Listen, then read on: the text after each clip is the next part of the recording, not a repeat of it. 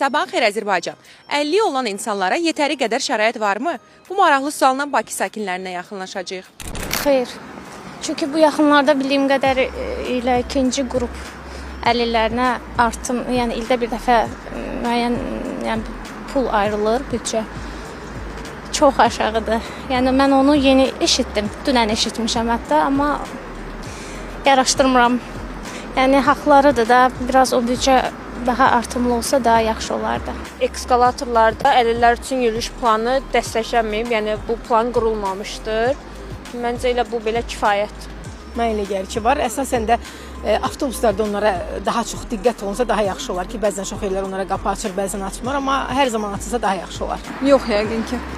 Nəyə görə elə düşünürsünüz? Yəni, tam da əmin ola bilmirəm. Məncə 70-in 30-a deyək. Məncə dövlət tərəfindən onlara çox gözəl qayğı göstərilir. Xəstəxanalarda, elə evlərdə lazımdırsa qulluğa insan adam göndərir. Məncə yaxşıdır. Çox adam bunu özü istifadə edə bilmir. Gedib özü bundan yararlanmır.